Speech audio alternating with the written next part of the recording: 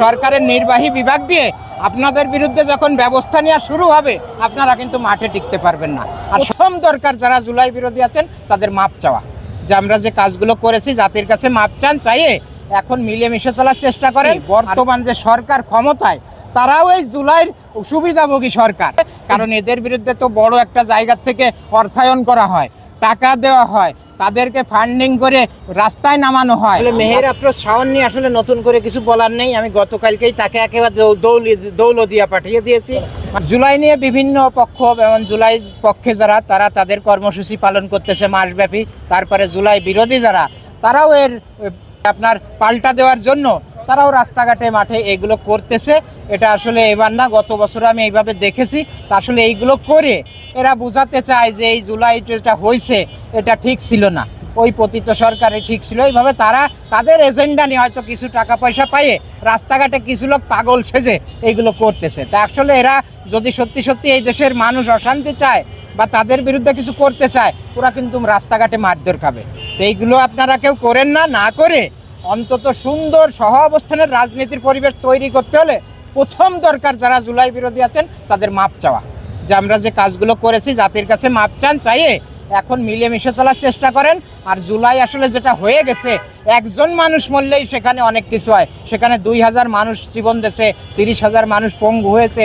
যে ঘটনা একটা স্বৈরাচারী সরকারের পতন হয়েছে, এটা একেবারে ছোটোখাটো বিষয় নয়। তো যেহেতু এটা ছোটোখাটো বিষয় নয় এবং এর পক্ষে আমি মনে করি দেশের 90 ভাগ মানুষ আছে, তো আপনারা ওই 10 ভাগ মানুষ এর বিরুদ্ধে পাল্টা জবাব দিতে যেয়ে আপনারা আসলে যদি এই পক্ষ ওই পেশি শক্তি ব্যবহার করে আপনারা কেউ টিকতে পারবেন না।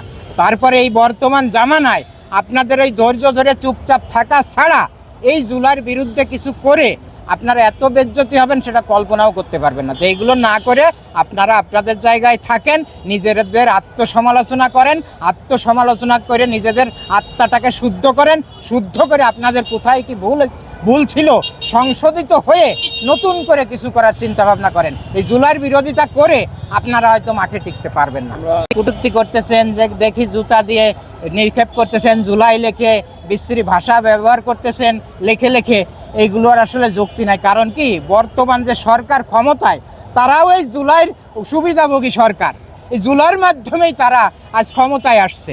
তা জুলাইয়ের মাধ্যমে যেহেতু ক্ষমতায় আসছে, তারা অবশ্যই জুলাইয়ের পক্ষে।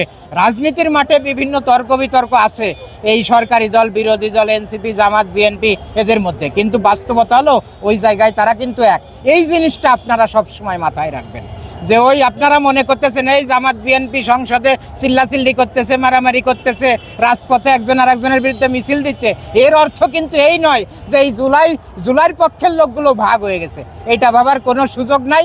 জুলাইতে যাদের পতন হয়েছে তারা যদি আবার মাথা ছাড়া দিয়ে উঠতে চায়, দেখবেন যে এই পক্ষগুলো সব এক হয়ে গেছে।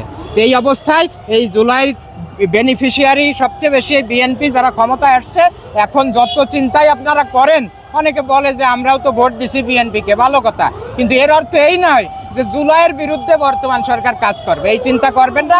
সরকারের নির্বাহী বিভাগ দিয়ে আপনাদের বিরুদ্ধে যখন ব্যবস্থা নেওয়া শুরু হবে আপনারা কিন্তু মাঠে টিকতে পারবেন না। আর সরকারকে আমি বলবো, আপনারাই দিন দিন অনেকে অনেক কথা বলতেছে, আপনারা তাদের বিরুদ্ধে ব্যবস্থা নেন, কিছু দৃষ্টান্ত দেখান, দেখালে বাকিগুলো এমনিতেই চুপচাপ হয়ে যাবে। তা না হলে আপনারা যদি এরকম নীরব থাকেন, নীরব থাকলে দিন আরও এরা বাড়বে, তখন একটা বড় ধরনের বিশৃঙ্খলা, ওই হানাহানি শুরু হয়ে যাবে। তখন দেখা যাবে আপনার নির্বাহী শক্তি ব্যবহার করেও সেই মারামারি থামাতে পারতেছেন না। এই জন্যে আপনারা দ্রুততম সময়ের মধ্যে, যখন যেইভাবে মাথাচাড়া দিচ্ছে, আর জুলাইয়ের বিরুদ্ধে কথা বলে মানে কি আপনার সরকারের বিরুদ্ধেই কথা বলা, কারণ এই জুলাইয়ের এই সুবিধাভোগী হলো এই সরকার। জুলাইয়ের মাধ্যমেই এই সরকারের মানে জন্ম হয়েছে বা নির্বাচনে তারা ক্ষমতা আসছে। তা না হলে যদি জুলাই না হতো তাহলে তো আজও হাসিনা প্রধানমন্ত্রী থাকতো, আওয়ামী লীগই সরকার থাকতো, তাহলে এদের অবস্থান কোথায় থাকতো, সেই আগের মতোই।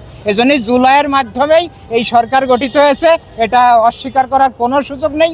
যে যেভাবেই ব্যাখ্যা করেন সেই ব্যাখ্যার কোনো মূল্য নাই।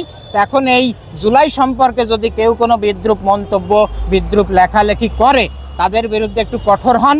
কঠোর হওয়ার পরে দেখবেন সবাই চুপ মেরে যাবে। আর যদি কঠোর না হয়ে গেলে আরও বলার সুযোগ দেন, দিন আরও অনেকে বলতে থাকবে, কারণ এদের বিরুদ্ধে তো বড় একটা জায়গা থেকে অর্থায়ন করা হয়, টাকা দেওয়া হয়, তাদেরকে ফান্ডিং করে রাস্তায় নামানো হয়, তাদেরকে বলা হয় যে তোমরা এগুলো করো যাতে পাবলিক ক্ষেপে তোমাদের উপর হামলা করে, আর হামলা করলেই আমরা সুযোগ পেয়ে যাব, সুযোগ পেয়ে আমরা এই নিয়ে আন্তর্জাতিক অঙ্গন পর্যন্ত দৌড়াদৌড়ি করব। তো এইগুলো আসলে ফাঁদ, এই ফাঁদ তৈরি করে রাখছে। এই ফাঁদগুলোকে ওই খুঁজে খুঁজে সরকার ব্যবস্থা নিয়ে এই ফাঁদগুলোকে বসায় দিক, নিশ্চিহ্ন করে দিক, তাদেরকে আইনের আওতায় আনুক, তখন এগুলো আর থাকবে না মাঠে। আমি বারবার বলতে চাই মাননীয় স্বরাষ্ট্রমন্ত্রীকে, আপনাদের নীরবতাটা কমায়ে সরব হন মাঠে, মাঠে সরব হলে আপনারা এইগুলো নিয়ন্ত্রণ করতে পারবেন, এদেরকে আইনের আওতায় আনতে পারবেন। আর যদি নীরব থাকলে আস্তে আস্তে এগুলো বড় আকারে, মানে সেই বড় ধরনের অশান্তি তৈরি হবে, তখন ট্যাকেল দেওয়া কঠিন হবে। ব্রুনেই এদেরকে শেষ করে দেন, ব্রুনেই শেষ করে দিলে যদি জন্ম নিতে না পারে তাহলে আর কোনো সমস্যা আর সুযোগই নাই। মেহের আফরোজ শাওন নিয়ে আসলে নতুন করে কিছু বলার নেই। আমি গতকালকেই তাকে একেবারে দৌলদিয়া পাঠিয়ে দিয়েছি, মানে কথার মাধ্যমে। তো তার সম্পর্কে আর কোনো বক্তব্য দেওয়া উচিত না। তার অতীত তো সবাই জানেন, সে ছিল ওই হুমায়ুন আহমেদের আগের স্ত্রীর মেয়ের বান্ধবী। তাই মেয়ের বান্ধবী, সেই বান্ধবীর বাপের সাথে পরে বিয়ে হয়ে যায়। তো এরা কত খারাপ মানুষ খুব ভালো করেই জানেন। তারপরে তার সম্পর্কে এতদিন যা জানা গেছে বিভিন্ন জায়গায় বিভিন্ন পরিচালক অমুক তমুকের সাথে, এগুলো আমরা সবাই জানি। এরা আসলে নষ্ট মহিলার একজন হলো তারা। তো এই অবস্থায় সে যে কথাগুলো বলছে, আসলে তারা এই দেশে বাস করে এই জামানায়, বর্তমান জামানায় যে এইভাবে কথা বলতে পারে, যেটা কল্পনার বাইরে। এটার আসলে গভীর ষড়যন্ত্রেরই একটা অংশ। কারণ এদের মতো কিছু রাস্তার মহিলা, ওই পতিতালয়ের মহিলাদেরকে গত সরকারের পতিত দল তারা এইভাবে লাগিয়ে দিয়েছে যে তোমরা এই কথাগুলো বলার পরে পাবলিক ক্ষিপ্ত হয়ে তোমাদেরকে মারবে। ওই জিনিসগুলো আমরা বহির্বিশ্বকে, জাতিসংঘকে, ভারতকে বা এই সরকারকে দেখাবো যে দেখেন এদের নিরাপত্তা নাই, এরা কথা বলতে গেলে, কথা বলার স্বাধীনতা যেটা আছে সেটা প্রয়োগ করতে গেলে তাদের বিরুদ্ধে এইভাবে নির্যাতন হচ্ছে। এটা মব কালচারের একটা অংশ। এইগুলো প্রচার করে একটা জগা খিচুড়ি পরিস্থিতি তৈরি করার জন্য এদেরকে আসলে ফান্ডিং করে মাঠে নামানো হয়েছে, দেশকে অস্থিতিশীল করার জন্য, সাম্প্রদায়িক দাঙ্গা বাঁধানোর জন্য। এই রাজনৈতিক যে হিংসা হানাহানি তো এমনিতেই আছে, বিভাজনের রাজনীতি চলতেছে দেশে দীর্ঘদিন যাবৎ, সেইগুলোকে আরও উস্কে দেওয়ার জন্য এদের মতো মানুষকে মাঠে নামানো হয়েছে। তো এই অবস্থায় যেটা শুনলাম, তার বিরুদ্ধে মামলা হয়েছে, জুলাই যোদ্ধারা মামলা করেছে, ধন্যবাদ জানাই। এবং পুলিশ যে মামলা নিয়েছে এজন্য পুলিশকে ধন্যবাদ জানাই। দ্রুততম সময়ের ভিতর তাকে আইনের আওতায় এনে, এই মেহের আফরোজ শাওনকে আইনের আওতায় এনে, বা তার মতো যারা ঔদ্ধত্যপূর্ণ কথা বলে তাদেরকে আইনের আওতায় এনে দ্রুততম সময়ের ভিতর তাদেরকে সর্বোচ্চ বিচারের ব্যবস্থা করুন। তখন এদেরকে দেখে ভবিষ্যতে আরও কারোর যদি চুলকানি থাকে এগুলো বলার মতো, সেই চুলকানিওয়ালারাও তাদের চুলকানি থেমে যাবে। এদেরকে দৃষ্টান্তমূলক শাস্তি দিয়ে ভবিষ্যতে আরও কেউ যাতে এগুলো বলতে পারে তাদেরকে থামান। আর দেশে সুন্দর আইন শৃঙ্খলা ব্যবস্থা, পরিবেশ তৈরি করে এদের মতো যেন আর কেউ কিছু না বলে।